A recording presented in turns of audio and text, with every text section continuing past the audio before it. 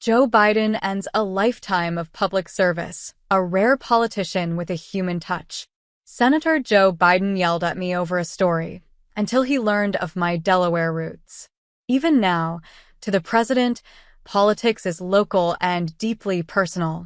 Every reporter who has worked in Washington likely has a Joe Biden story, a consequence of the president's half-century on the national political stage.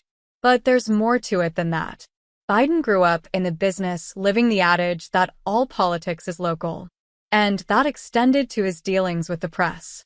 Now that he has effectively affixed an end date to a lifetime in public service, I thought it appropriate to share an encounter that, for me, has long defined a politician with a consummate human touch. It was 2005 and had just published a critical 10-year assessment of a bold public safety initiative aimed at adding 100,000 police officers to streets. It was a signature plan of and its legislative architect was Benson. My colleague and I visited police departments across the country to take stock of the unprecedented federal effort. We interviewed top law enforcement experts and academics, reviewed hundreds of documents before challenging the popular notion at the time that was a significant factor in reducing crime. The news did not sit well with the senior senator from Biden yelled at me until I played the card. I was on my way to the gym that evening when a Biden aide reached me, saying the senator wanted to talk. He was not happy, and he let me know it on the phone for what seemed like an eternity. I pulled into a parking space, and he still hadn't paused for a breath, while mixing in a few jabs at I think lousy was mentioned. I figured I'd let him keep swinging as I planned a response. He hadn't punched any holes in our work, so I took a different tact. I played the card.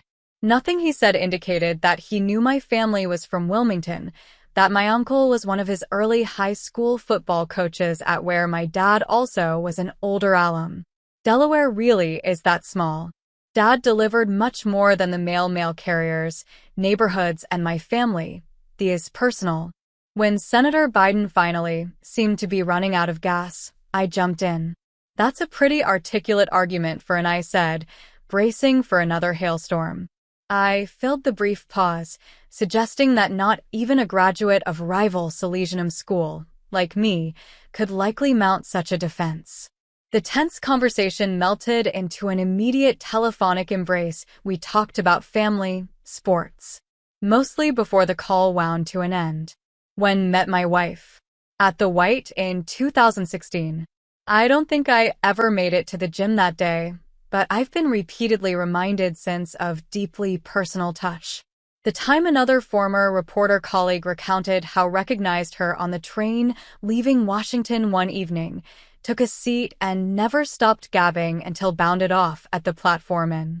The times when reporters would ambush just off the floor where he would take every question until he was often the last person standing. The time at an opportunity when my wife, a communications consultant, reminded then Vice President of our family's connection, as listened in. Biden took her hand and wouldn't let go until Obama intervened, referring to the long line of well-wishers waiting their turn. Joe Biden is moving along again, but this time to an exit in politics like a master of the Senate who also decided not to seek re-election at a time of crisis. Earlier this week, paid tribute to the former president, visiting the on the 60th anniversary of the. There have been few more skilled political operators than but personified the credo that all politics is local and deeply personal.